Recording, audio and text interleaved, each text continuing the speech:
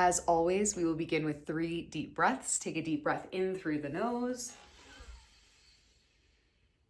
softly out of the mouth,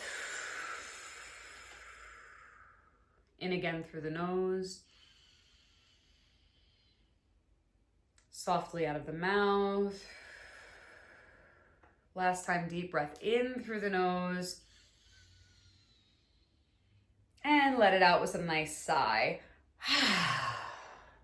Today's topic is going to be bold questions about plant medicine and psychedelics, our frequently asked questions, our hot takes on psychedelics and plant medicine. I don't know what I'm going to name this episode yet, but for those of you that follow the retreat page on Instagram, a few weeks back, I had posted some questions. I posted a response to a question that someone had asked me that is about psychedelics and plant medicine spaces. And then I asked if you guys had some more questions that you would like Dylan and I to answer. And there are also just some frequently asked questions whenever we get on discovery calls for our Peru retreats, which we have one coming up in March of 2026. There are just some questions that people always like to ask and throw in there. Of course, there are ones that are very specific to the ceremonies and people, but then there are also just some more bold questions that people should and enjoy asking their facilitators. So we want to begin this by saying that we're not here to... This is an open dialogue. We really want to invite you guys, whether you're listening on whatever platform, if there's space underneath the platform that you're listening on to leave a comment, please do. If not, come over to YouTube, leave a comment. We don't want to condemn everyone and their opinions and their thoughts and plant medicine people. This is just an invitation to get curious about these questions and have more conversation. We have found over the years when it comes to community spaces, the more places where you can ask questions and listen to different opinions about certain things, there's a deeper sense of community connection where people don't feel like shunned away because they might have a different idea. But also this comes from a place where for us, we desire to see the facilitators and the plant medicine servers that have similar answers to us as well for some of these questions, because I do think that they're very important. Is there anything else that you want to add before? No. Cool. You covered it well. So the question that prompted this episode was, do you often find that people who do medicine work are ungrounded? So I took this question and I asked it on Instagram on the retreat page, and I answered it there. And then I also answered it and asked it on TikTok. And it was interesting because on Instagram, almost all of you guys were like, yes, people that do medicine work are often ungrounded. Whereas on TikTok, I had Shelly, I remember vividly, was like, no, you and Dylan are some of the most grounded people I've ever met. I feel like that question is a projection, and this is a person who did one of our virtual Cacao dietas with us and had a very positive experience and was like, I'm so inspired by the way that you guys live your life. Someone else on TikTok commented and was like, basically agreeing with Shelly that it feels like this question is a projection because this person, and I don't know them personally, was saying that prior to sitting with plant medicine, they were an extremely ungrounded individual. But once they did some self-inquiry through working with plant medicine, they've become a much more grounded human. So it was interesting because all the people on Instagram that answered this question were people in the plant medicine community. Right. People that have been in it, are servers of medicine that were like, yes, the people that do plant medicine are ungrounded. So if you're not somebody that does plant medicine, that might seem odd that they would say that. But I agreed with the people that were saying a lot of, or most people that do plant medicine work are ungrounded, because I do agree with that. We've been around many different plant medicine communities, and I would say a majority of the people that are doing medicine on a consistent basis, in my opinion, are ungrounded because they don't know how to properly integrate their experiences. and there's not that much time in between sitting with medicine. So they're not getting the opportunity to like come back down and then re-go back into sitting with medicine. I want to invite Dylan to respond to that. Yeah, I don't think that just because someone works around plant medicines makes them ungrounded. But plant medicines, and it depends heavily on the medicine, but pretty generally, plant medicines are very ungrounding. That's kind of the point of these medicines is to bring you up to experience, and then you come back down into your body. Some of them kind of unground you while also grounding you at the same time, like San Pedro. It is a very grounding experience where you are here, but you also are kind of lightly being pulled up and kind of ungrounded at the same time. It's a very interesting and different experience, but usually after these experiences, people are left ungrounded, whether it's from the actual experience, what they've learned, or whatever it is. And people who are serving or around these types of medicines are typically taking them more often. Mm-hmm. So if their integrative practices aren't strong, or they're taking them too frequently, that even though they do have strong integrative practices, they're not able to reground, they come off as very ungrounded because they potentially and probably are. So I think you have to get to that point, and plant medicines make it a bit easier to get to the point of being ungrounded. But it just depends on the person's spiritual hygiene and also the frequency in which they take these medicines that really decides that factor.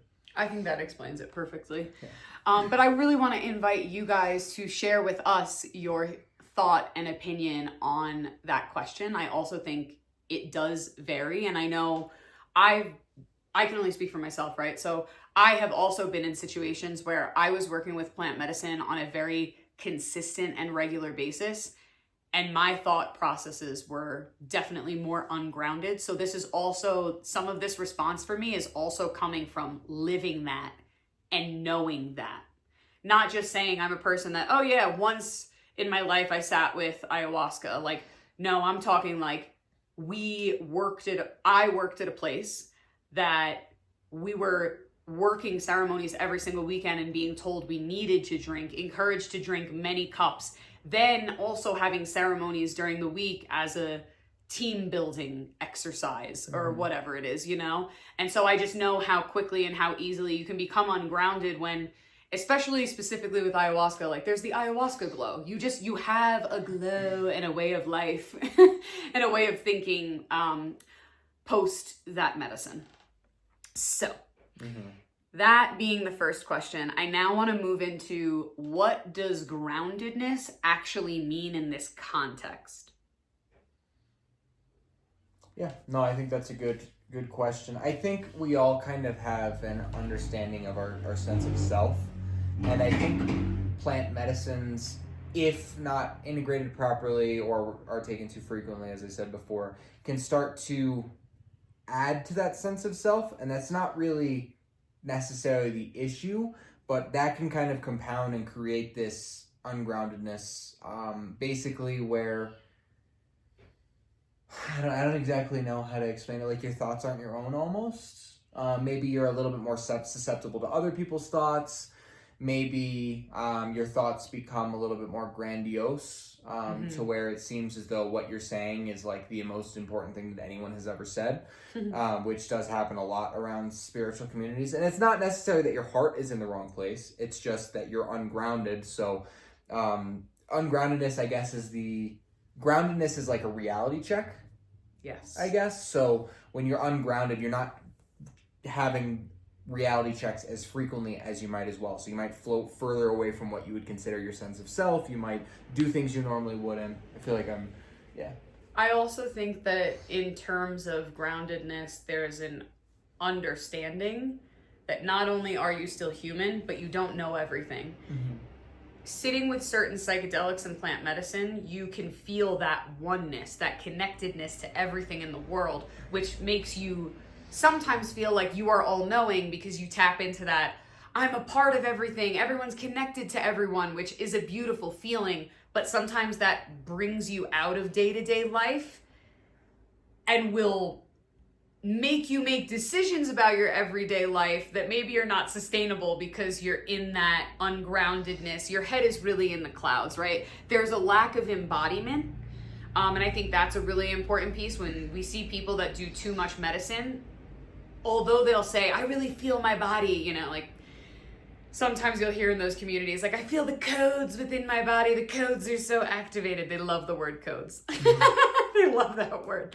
Yeah. But it's really more of their head is in the clouds and there's not much happening here on earth. It's kind of like this internal, in my mind, like, imagine just meeting somebody that is in a constant state of psychic readings. They only ever do psychic readings all day, every day. That person that comes up to you, and I've had this happen to me even after some of our cacao ceremonies where people have went up to me, can I give you a reading? I brought my deck of cards with me. I'm just feeling so called to do this and give you that. And it's like, that's not actually embodying the fact that other people have sovereignty and that you have sovereignty. It's like a pushing your own experience onto other people. I think there's also ungroundedness in responsibility. We can see this often with facilitators and also medicine servers where there's just an overuse of that medicine. I like to think the place that we originally met at and worked at was not overusing it because they had so many different servers coming in that the servers were bringing medicine from different areas. It was really only the facilitators, which is myself, Dan, and the other facilitators that kind of came through. I don't want to name drop them in case they don't want to be, but you know, and we weren't necessarily doing it because we wanted to keep taking it. It was just kind of our job at the time. And by proxy, we kind of ended up ungrounded by doing that. But there's also a responsibility that I've learned throughout the last 5 years where I get to make the decision and I get to say, like, I am not drinking in every single ceremony, every single weekend and during the week, which is why I tend to enjoy just working at our retreats that we host now, because they are so, there is so much time in between them that if we do decide to drink, it's a beautiful thing. But we also, in our community and the facilitators that we bring in and that we work with, there's also a conversation of not forcing facilitators to drink the medicine. Obviously, if you are a guest on our retreat, you are coming for a reason, so you will be drinking the medicine. But we also do give our guests the option to not partake in certain medicines or ayahuasca multiple times. We usually recommend that they do, but no one's forced to take anything. Exactly. If there is something that's heavy and big on your heart and you're a guest at one of our retreats, you're more than welcome to come to us. Tell us why you don't want to sit with the medicine, what's coming up for you, what's happening for you.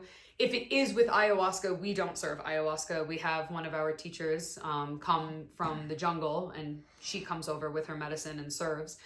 You have a conversation with her, you have a conversation with us, and we come to the best decision. So there is a responsibility piece there. There's also a responsibility piece in the sense of understanding, like, unless you are somebody who is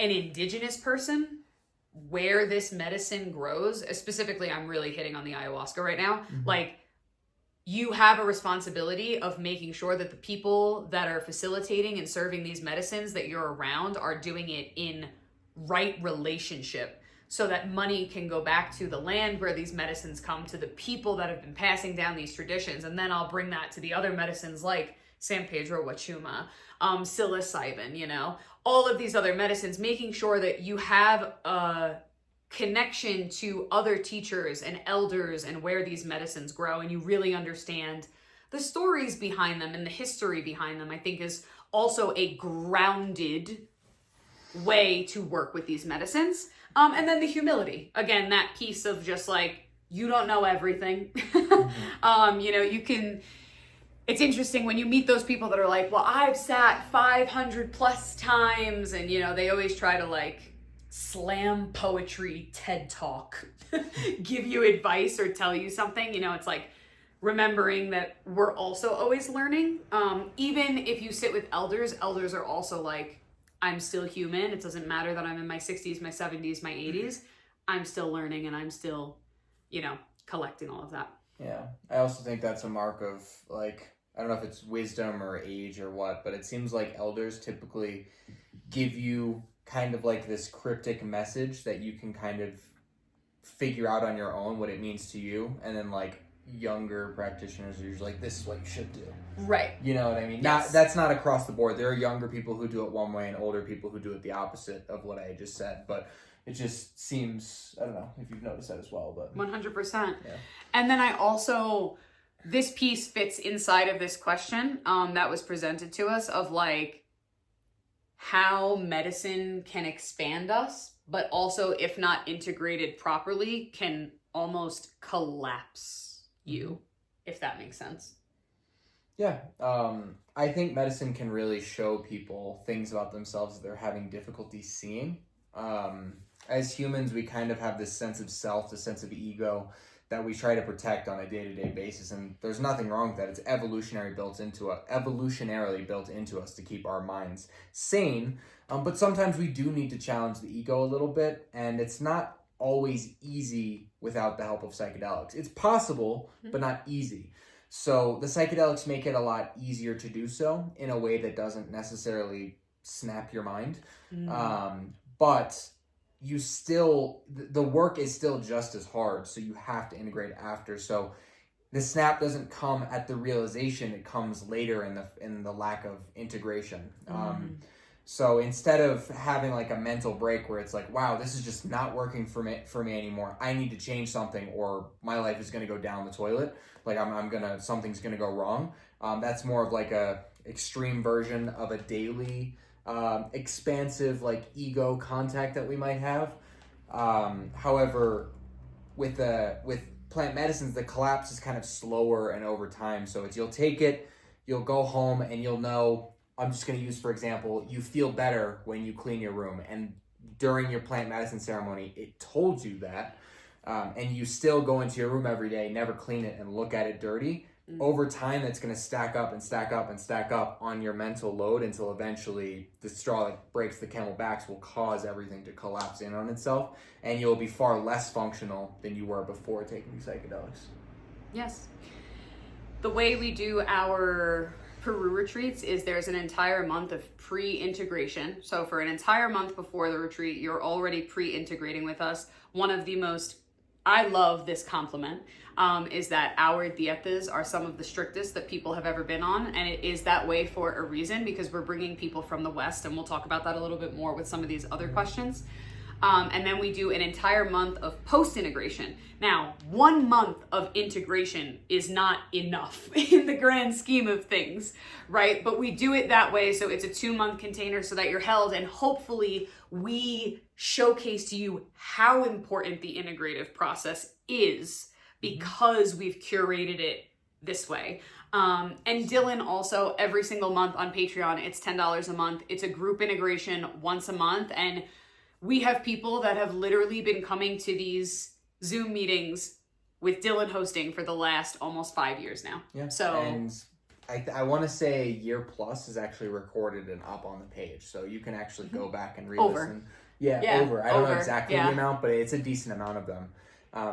But yeah, if people were coming on the retreat in March, they'd start integrating and start taking their diets in February, and by the time they're back home in April and kind of finishing the end of their diets and everything, usually people will send back, they feel amazing during that time. So yeah, it's an intense process, but again, there's a method to our madness, and we do it for a reason. And we're also continuously growing. Part of the reason why we do it this way now and we didn't 4 years ago is because we were still learning, and now we have learned an even better way, so things are always subject to change around here. So another question that we got, which I love this, is do we think that psychedelics should be legalized? Do you want to go first on this? I don't think they should be legalized, and I feel like that's a hot topic answer because people are so excited that psilocybin is getting legalized and ketamine therapy is getting legalized, and when things get legalized, things get regulated. And although there is a major pro to regulation, when we talk about, maybe I should separate psychedelics and plant medicines, because like regulating ketamine and ketamine therapy, I don't work with ketamine. Like that is not something that we do in our community, in our business. So I can't really speak to that. So maybe that is exactly what that needs. But when it comes to plant medicine and indigenous medicines, when we regulate those and we take out the indigenous practices, the indigenous teachings, and we make it this very clinical experience, you're now only getting half of the pizza pie. When you work with plant medicines, it is my opinion, because this question is asking my opinion, so I'm giving it.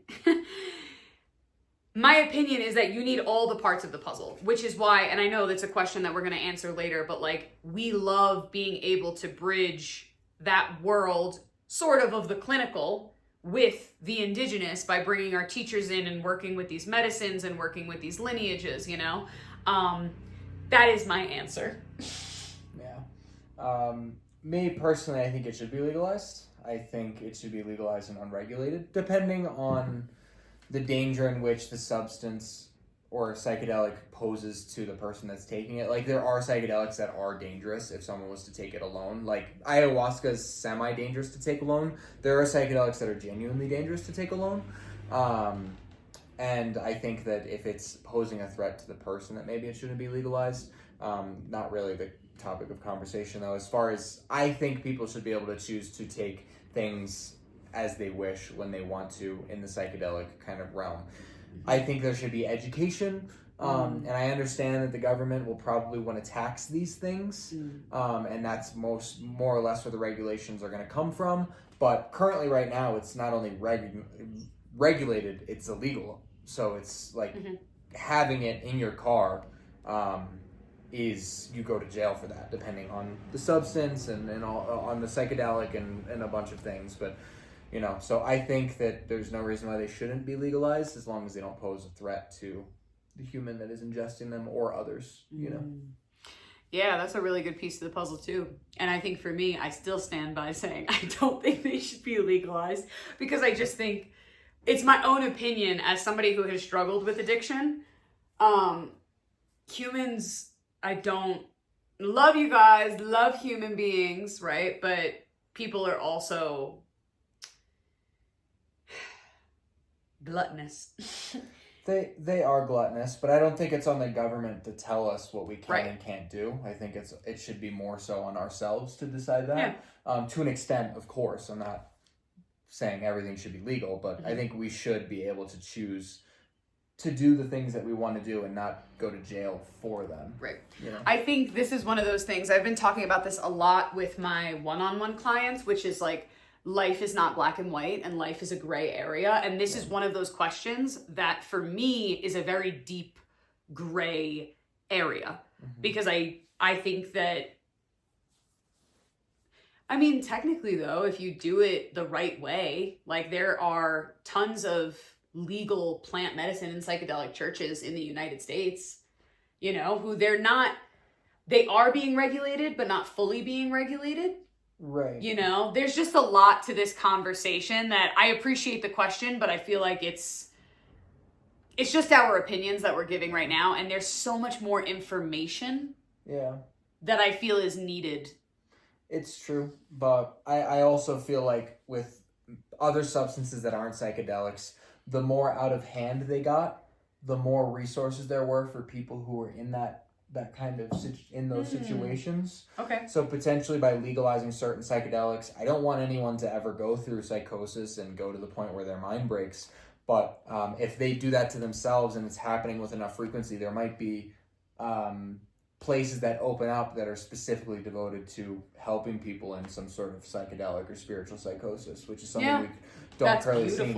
Those people currently don't get any help, and I know depending on where you are, you meet I don't them quite mean frequently. The experience of psychosis is beautiful. I mean the idea of having a place where you could bring somebody who's having psychedelic or spiritual psychosis is beautiful. Right now, there's no one sees the need for it. Right.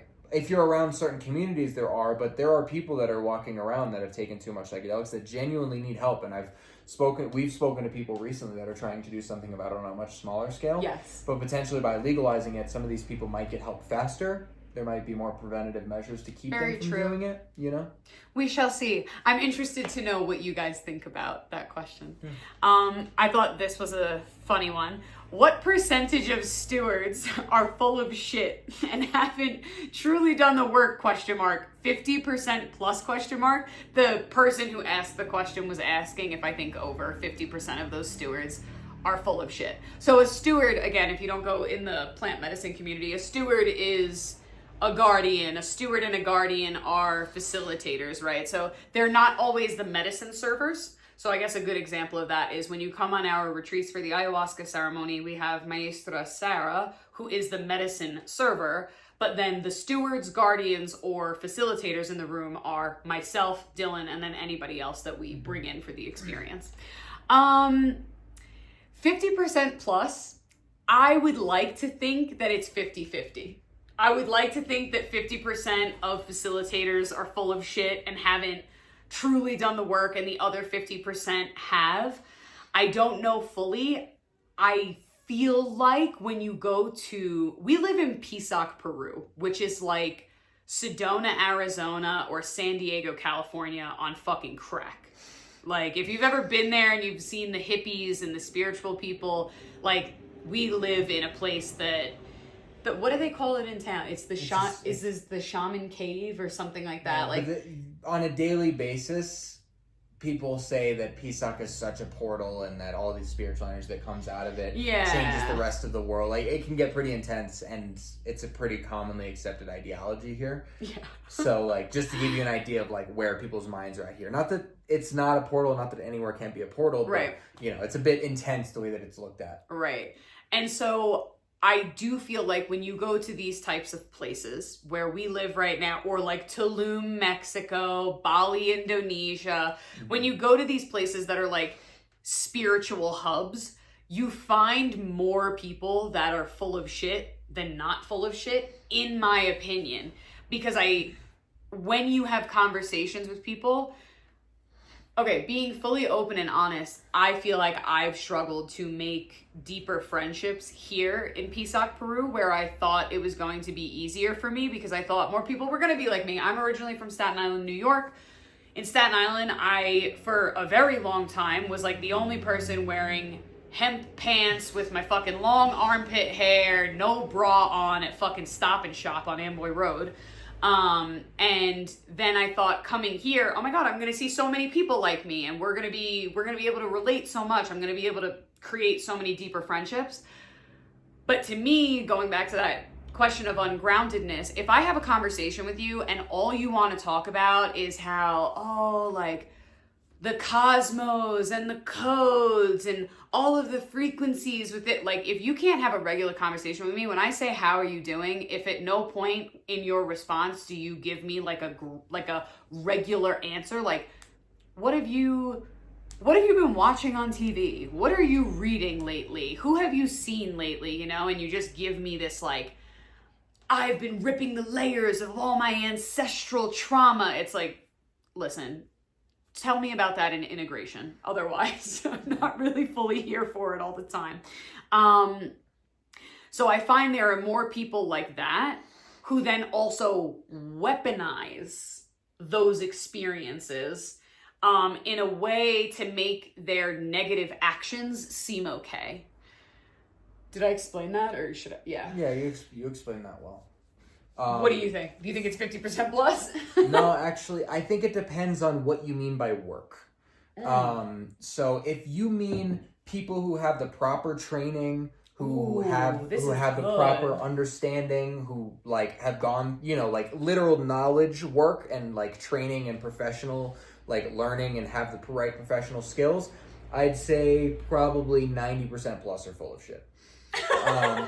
But if there are many people that and that's the friend that we were talking to the other night who's trying to create that like harm reduction space.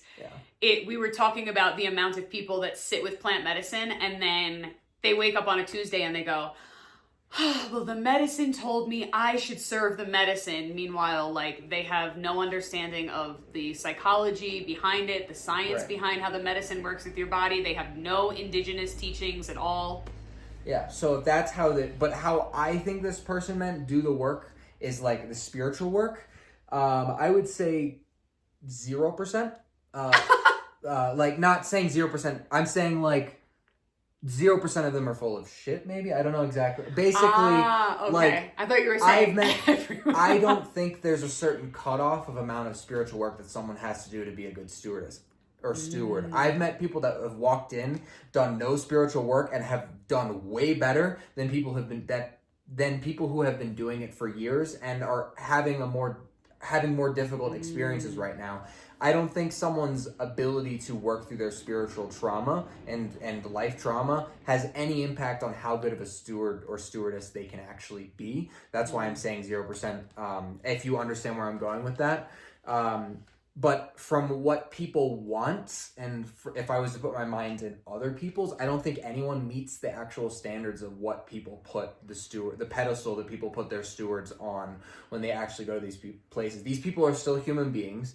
These people are still doing the things, like even Jesus's disciples, like I think a couple of them stabbed him in the back during the process, and those were people that were trying to help people and be Dylan, who was never raised with religion. I wasn't, but like, people are always humans and will still always be humans, and there's different levels in which different people need to make it to be good stewardesses and stewards. So I'm saying 0% because I think anyone can make a great steward with the right literal professional training, if they're able to hold their energy correct. And one of those professional trainings is being able to hold space properly, and vomiting what you believe someone is going through and how to fix it in a way that's not asked for is not acting in a professionalism in that particular environment.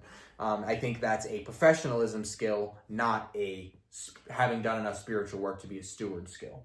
Yeah, I think you're bringing up really important pieces to the puzzle, because I also think that when it comes to like therapists, most therapists their lives are up in flames.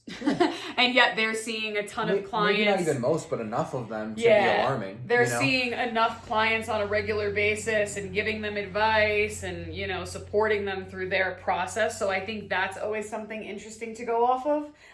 But I also, I agree with what you're saying. And I think this question is also geared towards so many of us who have been in the experience where, like you're saying, stewards or guardians, plant medicine servers, everybody gets put up on a pedestal.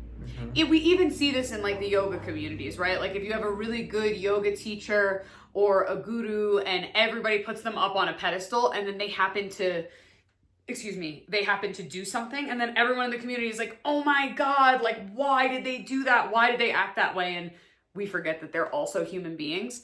But so many people have been burned by bad, and I'm saying bad, bad facilitators and stewards and guardians and plant medicine servers. And I think that's where this question comes from, because it's valid I have been disappointed in the past where I've sat in ceremonies, taken advice from facilitators, and then weeks or months or years later found out like, wow, this person doesn't even live that. Like they were preaching to me from a place of like, they do the exact opposite of be a good person, Yeah. And just to kind of give a little bit more personal experience on that, I was a guardian at a ceremony at one point, and as the ceremony was coming to a close, someone came up to me and was like, "You're so amazing, it was such a ray of light." And all I was doing is sitting there thinking, I was wishing that the person that was singing was dead like 5 minutes ago, because my head such a headache and I was so like annoyed. Now I try to not get into that headspace, but like the contrast of what was going on in my mind and what this person was kind of putting me up on, it was a very sobering moment. This is very early on into my guardian days, but like it really is like, it's so contrast how much someone can put you up on a pedestal while like you're having such human thoughts in those moments. And human experiences while you're under the medicine or you're in ceremony. Yeah. This was a really good question. Yeah. The other one, the reason why I feel like every question we could do an entire episode on, but we kind of wanted to do more of a longer episode where we gave you guys more answers. So that's why I'm moving us forward. Okay. Do medicine facilitators rely too much on plant teacher authority instead of personal integrity? Meaning, like, do they think the power of ayahuasca will guide them? Yeah. kind of thing. I think, it's the idea of, the plant teacher is in control and I'm second to this. I'm just like the vessel that's carrying. Yes, yeah, yes. Okay, yeah, They love that, the vessel. vessel. And some of these words, like I know, like I'm like saying like the codes, the vessel, I'm like, they love these words. It's like, these are words that I also use as well. Like I'm not, again, like we said in the beginning, this is not an episode to like condemn anyone and how they are. I don't think all facilitators or servers do this, but I do think there are many people, and I think there are a lot of guests.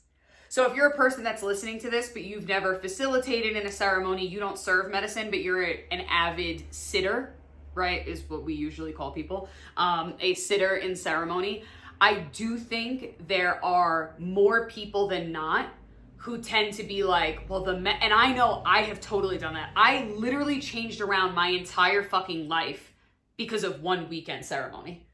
And I have no regrets for what I did, but I also, with the knowledge I have now, I look back and I go, wow, you really should have taken a fucking step back before changing absolutely everything. A lot of times, I think when it comes to sitting with plant medicine, we feel like the plants are so unbelievably intelligent, and that is because they are. Plant teachers are our allies. They are a technology. They're an ancient technology that many people on this planet have used forever. And so there becomes this rift, I think, within us, within our discernment for what we already believe versus like, well, if ayahuasca's been around for this long and the spirit has been doing this for this long and helps this many people, then of course I'm going to listen to ayahuasca over myself. Yeah, I generally agree with Dan. There's a constant battle inside of me as a combo server of trust the combo medicine, that it knows what it's doing and will always help people, and I need to medically vet every person and use my own personal human intuition on whether I should decide to serve them. So there's some people that, according to the questions that I've asked and everything, they should be safe to sit, but I turn away anyway because I'm like, something just doesn't feel right here. Yeah. To me personally. And my teacher who taught me would very much say like, combo always helps everything. So anyone can receive combo under any circumstances. Now, they lived in the jungle, didn't have the understanding of the type of illnesses that people are running into here, or not here, but in the US. So there's always that constant battle of like listening to my teacher, listening to my own inner voice, listening to combo, all kind of mixed up. And it's usually some sort of amalgamated version of the three. I love that you brought this up because that leads me to a point of, it's a bad business move, but we do turn away people for our retreats. We turned away more people last year and the beginning of this year than we accepted for retreats. And that is because we had, do you mind putting that over there? Thank you. And that is because we have a very extensive medical and psychological vetting process to make sure that people are okay to come on our Peru retreats. I mean, the Peru retreat is 5 ceremonies in 7 days. It is intense. Sorry. No. Just coming on the retreat is more exclusive than we want, but we just want to make sure everyone's safe and good. So if you do get accepted to come onto the retreat, you're one of the exclusive people that get to come. So VIP of you. And you know what? Like, to that, I wouldn't have allowed myself from the 2015 version of Dan to, I want to say, the 2018 version of Dan would not have been allowed on our retreats. I've had to do a lot of work to get to where I am today. But all of that to say, there are many people that host the same type of retreats, or they do one-off ceremonies, and they will take anyone and everyone because they also believe that, like, well, if the medicine, that's what they'll say, if the medicine, meaning like the spirit of the plant, is in this person's orbit, there's a reason why they came to me and they sought me out and they want to sit with this medicine. Well, And even more than that, here in PSOC, sometimes people will just walk up or in the middle of conversation be like, there's an ayahuasca ceremony tonight, you want to come? You know, like yeah, like it's very travelers, strange, like, as if it's like inviting somebody to the movies. I don't know. It's just like I just don't operate that way. yeah. Like that's the other extreme of vetting people. It's just like you're a human being that's talking to me. You want to come have ayahuasca? Yeah. You know. But to this question of like, you know, facilitators and medicine servers relying too much on plant teacher authority, I think there are many people that lean that way in terms of what you're saying, vetting people. And although, because it's also, again, this is a question with another gray area, because there are definitely things where, like, I know for myself, on a regular basis, I'm terrified of certain things in life. But when I sit with Combo or I meditate with the spirit of Combo before or after a ceremony for myself, I'm like, this plant spirit, which is really an animal spirit, knows me so unbelievably well and just wants to see me shine. Like, that is why it pushes me to my edge every time. So I don't think you should rely on the plant teacher authority, right, all the time. You have to have some discernment as a human being that's living on this planet right now, because sometimes these psychedelics and plant medicines that we work with operate at a different frequency of which we do not exist at 24/7, 365 days a year in a human vessel on this planet. Yeah. You see what I'm And saying? I'm also of the personal belief that if you introduce someone or serve someone a medicine, you are responsible for them after the fact, which is a lot of the reason why our integration for our retreats is so strict, because we take responsibility for people's aftercare and for them getting to where they need to get. As much as we humanly can. Yeah. So when it comes to kind of trusting the medicine or trusting ourselves, one of the questions that I ask myself before I serve someone something is, do I want to be responsible for this particular person's moving in, like, the next steps for them? And usually it's a yes, but sometimes there's something that tells me, like, this is going to be really difficult to get them where they want to go. And I don't think I have what it takes to responsibly say that I can get them there, you know? We have quite literally witnessed over the years, working at various different places, people who were not able to grow in a positive way post-medicine. So that's also where our responses come from when we're saying this. It's understanding your own limitations as a server, as a Yes. space holder, and all of that stuff. So if I'm telling you that you should sit with this medicine, it's because I believe that I can get you as far as I can humanly to where you want to go. I can give you the tools to get there. And if I don't think that, I won't serve you the medicine, you know? The next question, let's take a deep breath. It's been 40 minutes of us talking and we haven't done a deep breath. Usually in all of my episodes, we try to take as many deep breaths as possible, but this is a lot of questions. Yeah. So let's take a deep breath in and sigh. Are Westerners appropriating indigenous practices, and is there ever a respectful way that we can bridge the cultures? One of the things that I always say is I love being a bridge between the Western world and indigenous practices. And the reason why I say I'm a bridge is because I'm obviously marketing to people mainly in the United States, Canada, and various countries in Europe. And we're bringing them to Peru to sit with our maestra who serves ayahuasca. We're also bringing them to Peru so that we can introduce them to other indigenous practices that are not even plant medicine ceremonies. We're doing that so that we can bring them to the land where certain medicines grow, where certain prayers and rituals have been done for way longer than we can have ever imagined. Do I think that Westerners are also appropriating indigenous practices? 150%. As somebody who was trained to serve cacao, it grinds my gears the way I see so many people say, this is going to be a cacao ceremony, or come here and we're going to drink this cacao and we're going to do this with cacao. I was trained in a very specific way, and it is more strict than some other people would like, I guess. But I think that there is reasoning for that, you know? And so when I show up in those ceremonies as the person who's serving the cacao, it's extremely important for me to, yes, there's going to be a modern twist on it because I am 29 years old.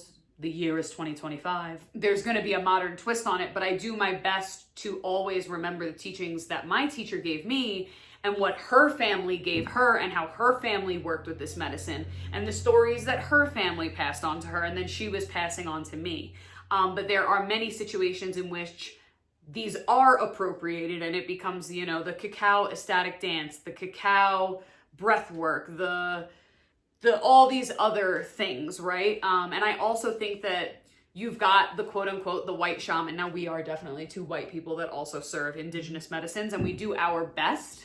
But there's always going to be that level and you're always going to meet people who are just, they're using these medicines and maybe we can throw medicines out the window. You can even look at yoga, like the tradition of yoga and how that has been commercialized by the Western world and people of all different colors really in the Western world, but by white people, you know?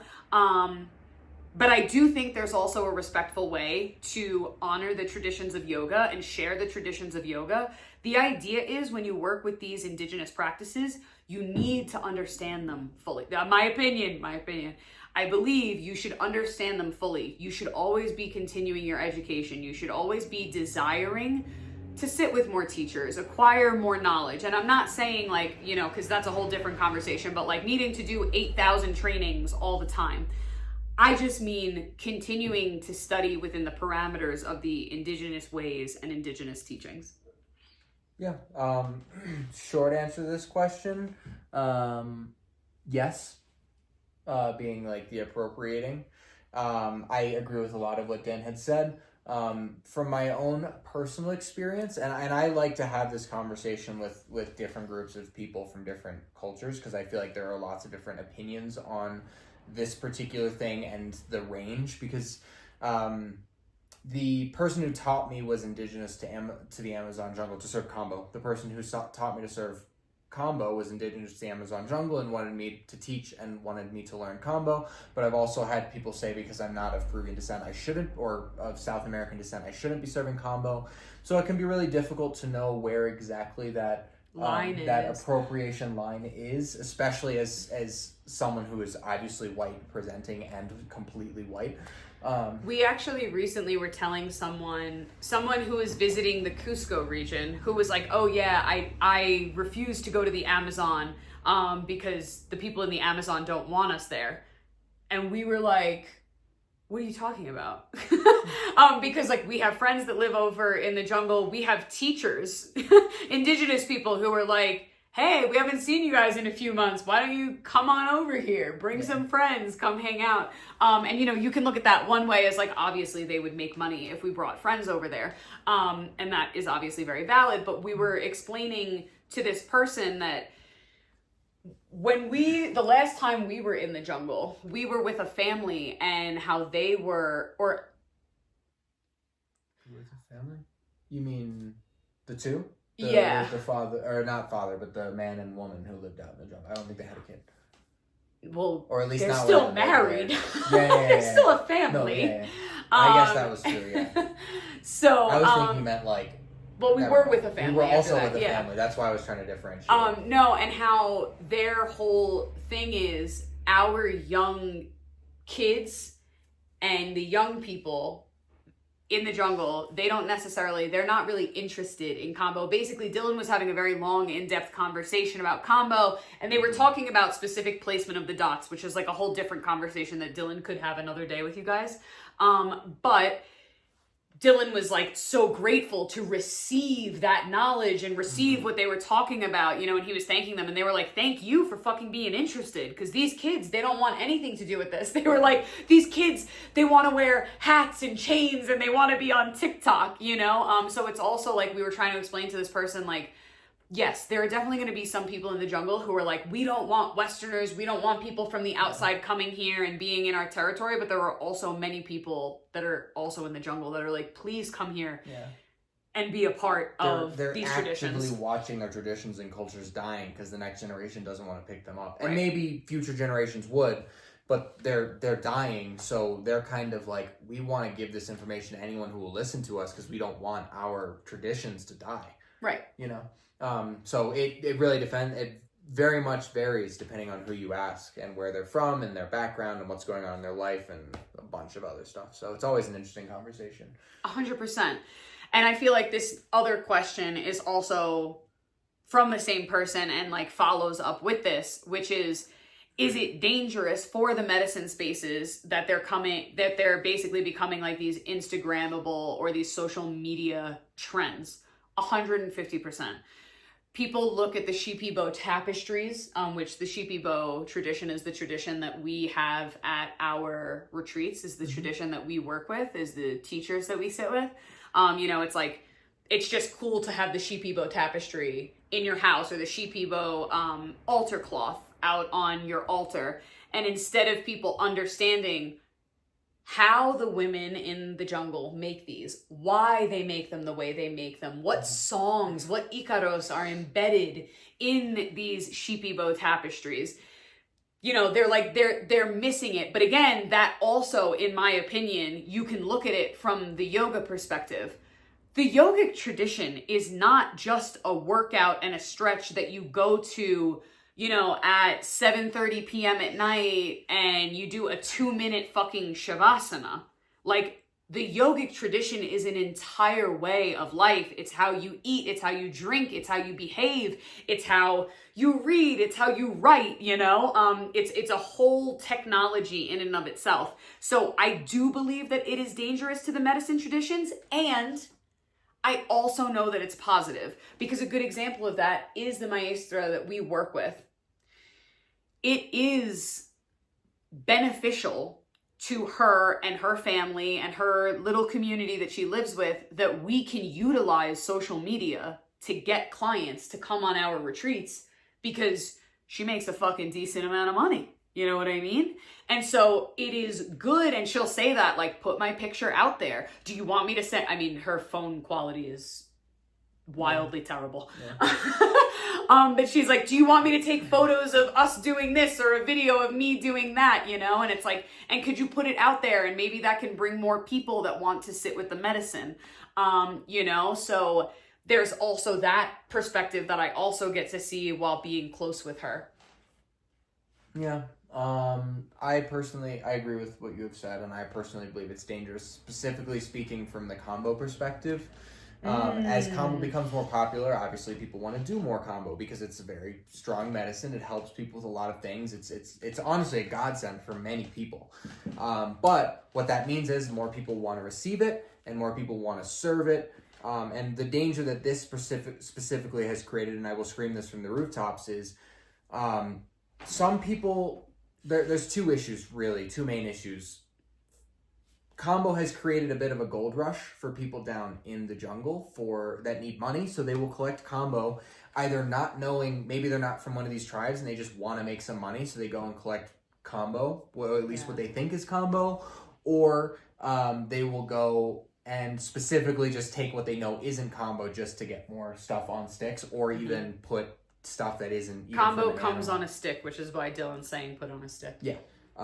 So this is one of the reasons why I personally go down and collect medicine, not only because I think it's a beautiful connection that you can have with the animal and collect, and it doesn't hurt the animal or kill the animal to take the actual medicine from them, but also it is to verify safety of the medicine, because I know what the frog looks like. I've been around it. I've experienced it. So anyway, the reason why I'm saying it's dangerous is because if someone goes on Etsy or buys combo from someone that they're not sure that person knows for sure that they're getting combo, you might receive something more commonly that's harmless, that has some of the properties of combo, but not all of them, because it comes from a very big species, I'm not sure, of this animal. And then in a much more rare case, it could be from a frog that produces the same waxy-like substance that is deadly and can cause a lot of health issues. And I suspect that many of the people that have run into issues in the United States from combo and it's not a super common thing because I said it is rare that it's dangerous, but because they got combo from a server who didn't know where their medicine was coming from, and the medicine was potentially dangerous and caused anywhere from minor to major health complications from receiving combo. So as it becomes more popular and people are getting wrong medicine, it increasingly becomes more dangerous because the need for combo goes up too. That's just combo. Well, and that, I'm glad you even brought that up and into the conversation, because that also speaks to, like, we say it all the time, plant medicine and psychedelics is not for everyone. There was a point in my life where you should not have given me plant medicine or psychedelics, like, at all. It would not have been productive and positive for me. And also the, like, Instagrammable trend of it all. Now, you're specifically speaking to combo because it's a major issue in the community. Yeah. But also this speaks to everything else, which is like people being like, I just did ayahuasca. Oh my God. Like they, you know, they make a video, like there's like videos on YouTube where I had no idea. People make like 5-part series of their entire ayahuasca journey. Like the beginning of their retreat, what happened during their ceremonies. They tell you everything. And then you've got people that really shouldn't be sitting with plant medicine all of a sudden now dying to sit with plant medicine because they think that they're also a good fit for it, and they think, oh my God, it changed this person's life completely. It's totally and completely going to change mine. Exactly. They're putting their hopes and dreams because the influencer had said that it's the right thing. It was the right thing for them, and it's probably the right thing for everyone. Then they leave, and you know it was fine, but it didn't give them the revelations they were looking for, and it leaves them in a worse spot than they started. I just think that there's another reason for vetting people. A completely other reason for vetting people. The next question that we have that we're going to go into, take a deep breath. Breathe out. Dylan, being our resident integration specialist, is integration more important than the ceremony itself? If you follow me on social media, you've seen my answer 8,000 million times. Personally, I believe undoubtedly. I think anything that you can achieve with plant medicine, you can achieve through either integration, like which I would call therapy, I guess. But anything that you can achieve from these medicines, you could achieve on your own without them. But you can't achieve anything with just plant medicine and not integration. Plant medicine is augmentative to your healing journey. Integration is necessary to your healing journey. So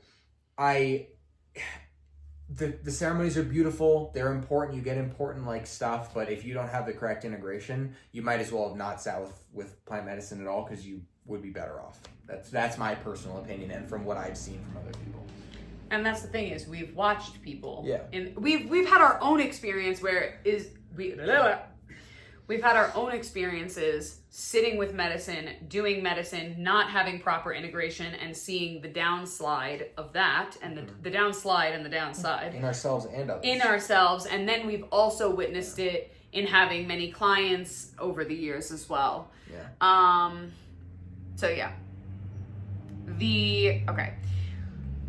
can you tell I love this question. How can you tell the difference between just an ego expansion and a genuine spiritual growth following a plant medicine experience or psychedelic experience? From the inside, it's really hard. I feel like there's part of us that kind of know, like a part of us inside of ourselves that kind of know that something's off, but sometimes after plant medicine, it can be really hard for that voice to kind of come through.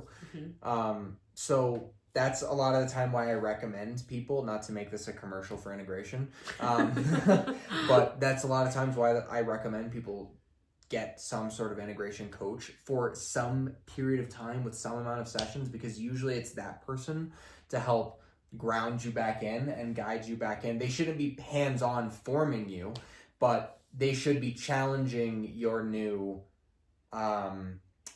understandings, whether directly or by giving you practices, so that you can get to the bottom of that yourself. Because sometimes when you're fresh off of medicine, it's almost indistinguishable. Your ego is going to inflate. Yeah. Your ego is going to inflate. I guess a good way to even explain this is like, especially when people sit with ayahuasca, they're all like, they had an ego death. and they've been reborn and they're totally new, especially when people come on our retreats. I mean, 5 ceremonies, 7 days, you definitely feel like a brand new person when you come out on the other side. But with that being said, the integration specialist or the good community who's going to have deep conversations with you is not only going to challenge you, but hopefully also say to you, you know, maybe you should shut the fuck up. You don't know everything about everything. And that's why it's so important. And we harp on, if you don't have a community, please be a part of our community. See if we are a good fit for you guys as our community, because sometimes you don't want to work with a person one-on-one, and we totally understand that. But at least having a community where if you share something, everyone can look back at you and go, you know, the last few weeks you've been acting real fucking out of pocket, because your ego is going to inflate regardless. Maybe not after necessarily like we have in Staten Island coming up in the next few weeks, a Cacao and Rapé ceremony. Not necessarily after one of those, although that can happen. But yeah, well, Cacao and Rapé are plant medicines, but not psychedelics. So it's really when I'm looking at the psychedelic experience. But again, going back to evolution in humans, our ego is an important part of our existence and keeping us sane. So when your ego deflates for some reason, whether it's due to psychedelics or some outer experience, it immediately needs to reinflate. It immediately needs to fill that space, and sometimes it overshoots it. I think we can do our best to get rid of our ego, but I don't think, even in the sense of getting rid of your ego, there's ego in that. Like, I have shed my ego. You know, now there's ego in not having an ego. I don't think it's possible to get rid of it. I think it's possible to shrink it, but usually when you shrink it by a lot, due to some sort of experience, it inflates back to, if not past, to kind of recompensate. Kind of like an airbag, you know? So a lot of times you need to lean on people, because your ego does come back so quickly, so that the community integration specialist or someone else in your life can help you readjust and bring it back in to where you're probably going to be much more comfortable anyway. And this isn't a part of the question, but when we have people come on our retreats, we tell them not to tell their friends and family about their experiences. And I'm going to explain why, because that sounds very culty. Why would you not tell people? But the reality is, if these people have never sat with medicine, if these people have sat with medicine, feel free to share it with them. But many of the people that come on our retreats, most of their friends and family don't do medicine work. So we're like, don't share it with them, because you're going to say some crazy shit that you saw in your medicine journeys, and your family and your friends are going to look at you and it's just kind of going to fall flat. So again, like, if these are good people to have in your life and they don't understand plant medicine, that's okay. But recognizing, like, they might be able to say that is like, yo, you came back here and all of a sudden you're acting like your fucking shit don't stink in every single situation. Take what they're saying with a grain of salt and bring it to somebody who has sat with medicine. Bring it to some community members that do understand integrating psychedelics and plant medicine, so you can say, is this because this person doesn't understand what I've been through? Or is this person really fucking clocking my shit? Yeah. So, interesting piece of that puzzle. This was an interesting one. Should, like, facilitators or just people in general be working with multiple medicines, or does that actually dilute the depth of what they're doing? So I thought this was an interesting question, because you can look at it from multiple perspectives.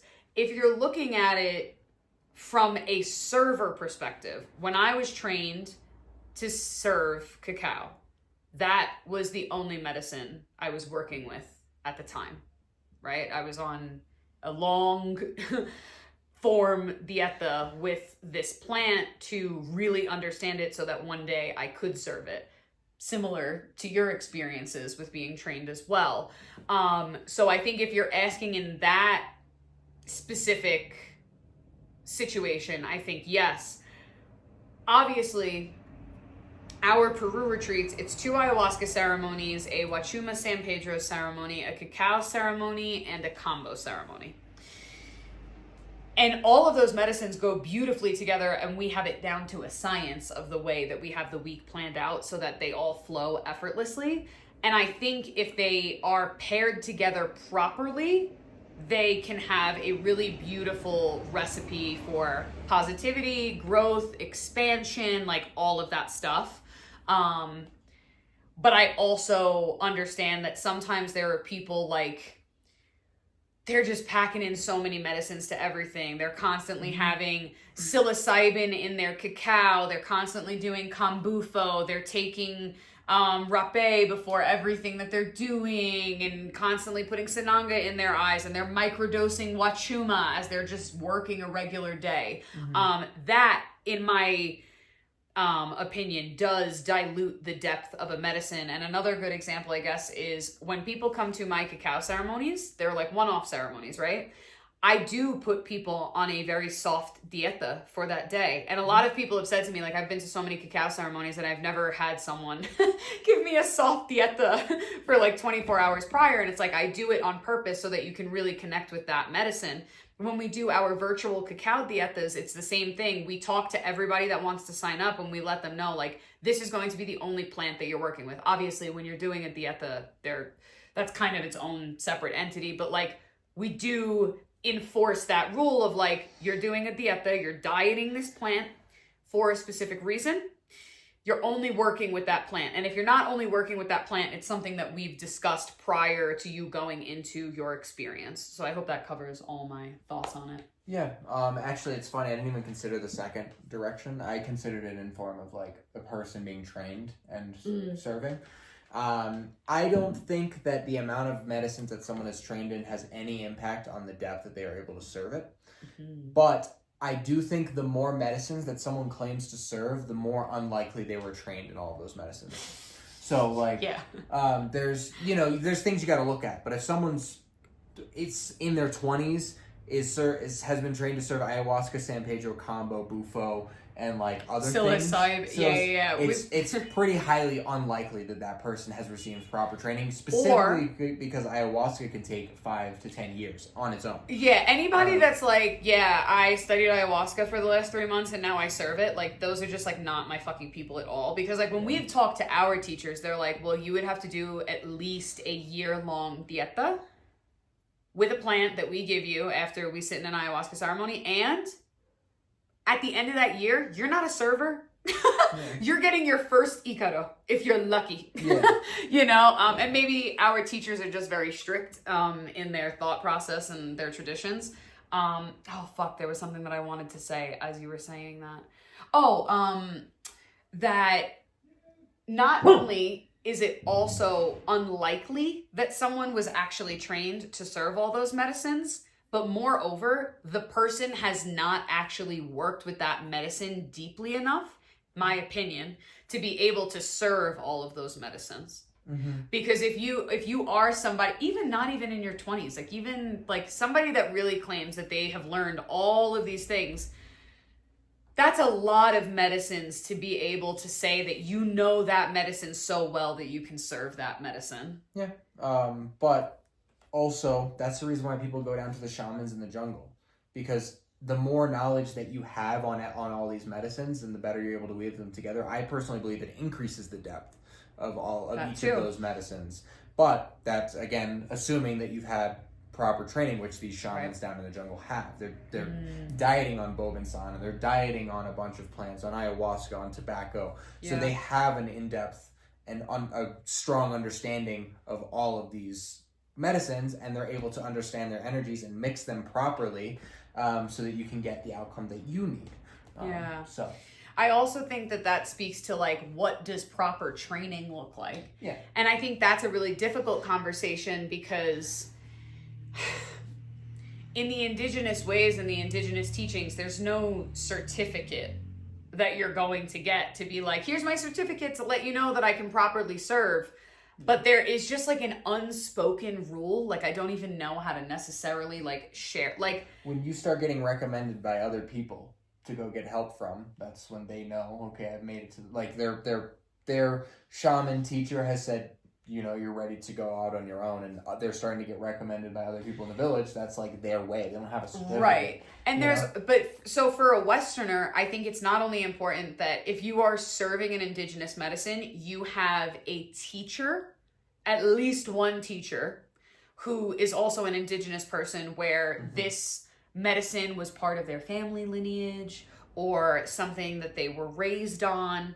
They have some level of credibility to be teaching you, not just they are from Peru, so they can teach you combo. Oh yeah, that because that is a thing that happens. That could be another totally different episode. Yeah. But also, I do think it's important to do other trainings that do have certificates, facilitator trainings, different types of, like, the idea that so many people will learn how to serve a medicine, but they don't actually even know how to lead somebody gently through a meditation or gently through breath work.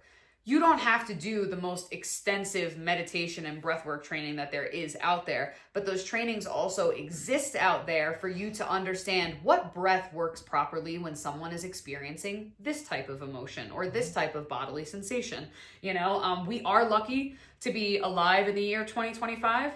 And I do think, again, if you want to respect these indigenous practices and you're a person from the West, it's also important that you do your due diligence to understand both sides of the coin, understand the spirituality side of the coin, but also understand the scientific side of the coin. Because, like, for us, we're very lucky that our teachers in the jungle, when they do come and they are serving people at our retreats, we are like, okay, well, we're going to do this for this reason. And sometimes they're inquisitive and they're like, well, why do you guys do that for that? Obviously, we need to explain. Different people in the West, you know, our traumas are different from what people have went through in the jungle. The medications that people take in the West, sometimes they don't even have that in the jungle. So it also becomes this, like, floating over the bridge between both worlds. Sorry, I'm like kind of tangenting. Yeah, this question is a good question, but, like, such an obvious answer. Is there a shadow to the love and light rhetoric that I hear about in the medicine world? Yes. Yes.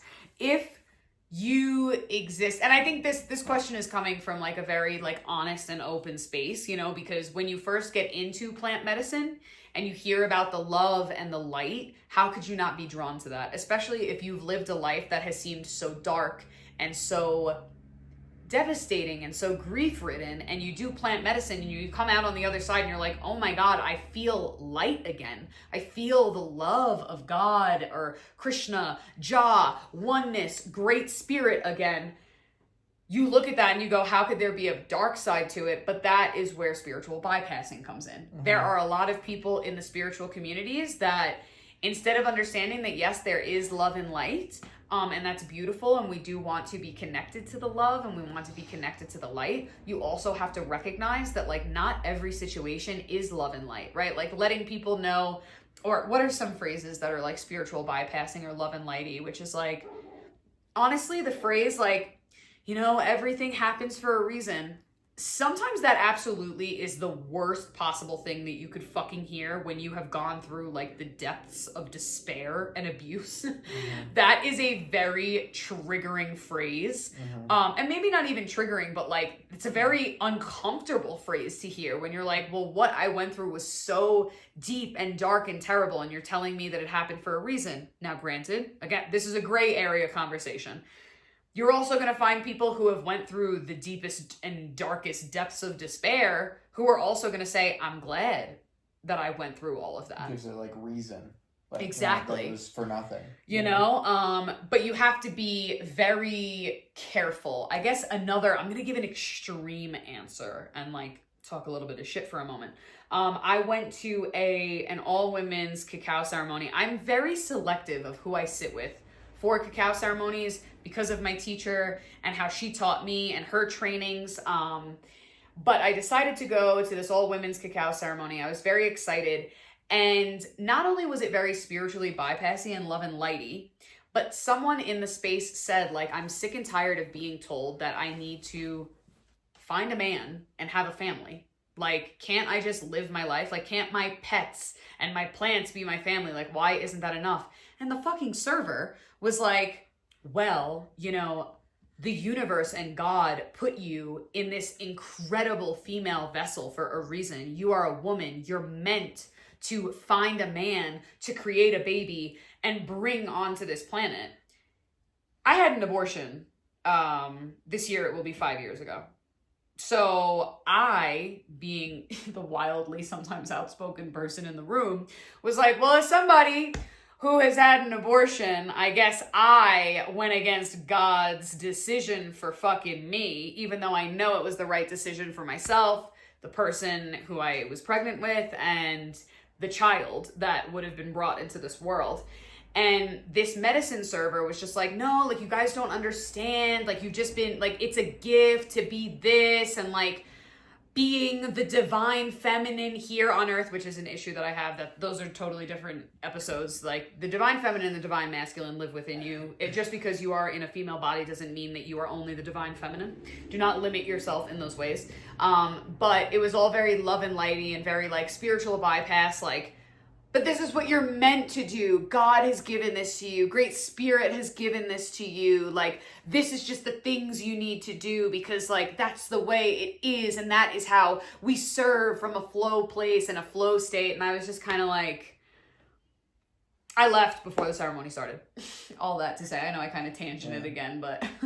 No, and another good example of what some people say that's kind of has darkness in it is love and light as well. I grew up in the South where people say, like, bless your heart, or I'm going to pray for you. And I've definitely gotten the same energy from people saying, like, love and light, like, in a way that it's like, you're not being love and light, so I'm going to send my love and light to you so you can be. Right. And sometimes, and especially for me, like, some of the grief that I've experienced in my life, or when I've been healing from mental illness. I was on antidepressants for many years, if you're new here.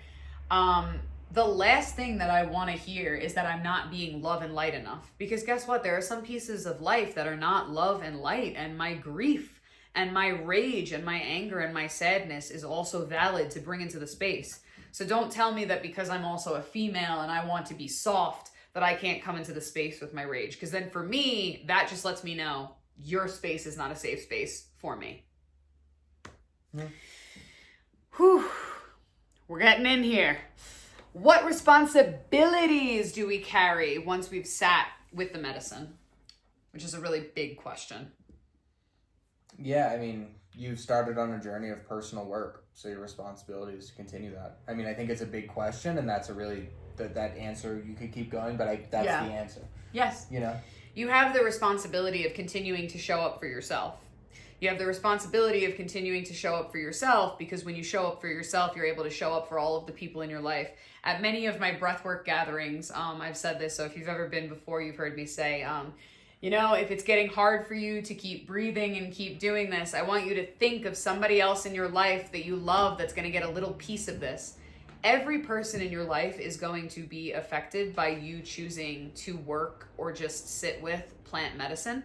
And so it is your responsibility to continue to show up for yourself, because if you decide to sit with plant medicine and not integrate and not do more self-inquiry, and you start to spiral downward, everybody else in your life is going to be affected by that downward spiral.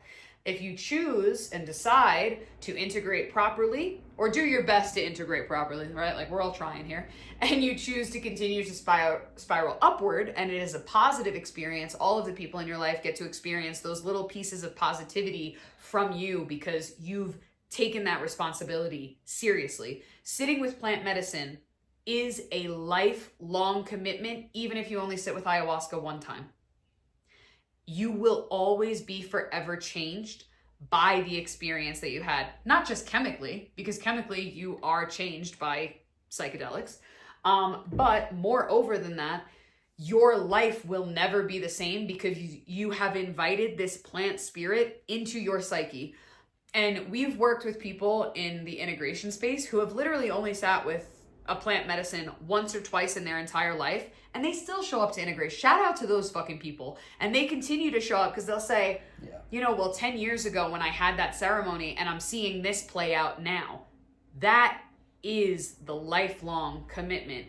And you can be 30 years down the line, and if you want to reconnect with the plant spirit of ayahuasca, but you sat 30 years ago, you still can. They will always be a part of your existence and your life. Yeah, 100%. Whew. Take a deep breath if you have not. This is almost an hour and a half. I always try to keep these episodes short, like 30 minutes and under, because I feel like people's attention spans are trash. But I do feel like this conversation is extremely important.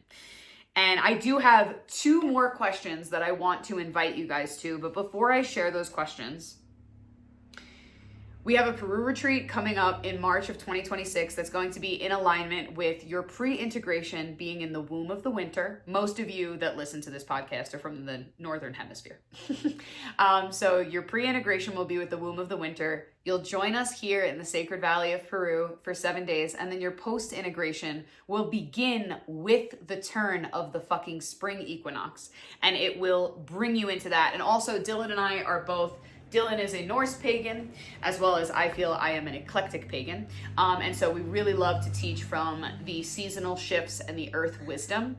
It's very, very important to us. And this podcast episode is going to come out before we are in Staten Island, New York for a visit. So if you're interested in doing a one-off or multiple ceremonies with Dylan for combo, or you're interested in coming to our Cacao and Rapé ceremony, these ceremonies we've been doing for the last 4 years now together. And they've been really fucking beautiful. All of this takes place on Staten Island, New York. And every single link that you might need is going to be down below. If you are not interested in coming to Peru and you're not going to be in New York, we also have, Dylan has an integration Patreon, which we mentioned. I also have a Patreon that we do 1 to 2 classes per month. And they range from anything like inner child work to shadow work. At the end of this month, we are going to do a wild dance with your ancestors on Zoom. So I hope you'll join us. Mine is $33 a month. Dylan's is $10 a month. Everything is in the show notes.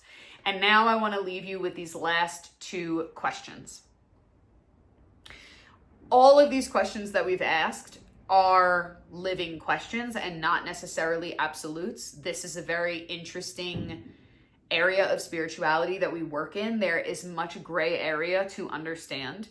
So the first question I would love to know is, where do you see shadow in the medicine world and in yourself? And the second question is, where does groundedness in the spiritual world look like to me? Oh, what? I read my own question wrong. What does groundedness in the spiritual work look like to me?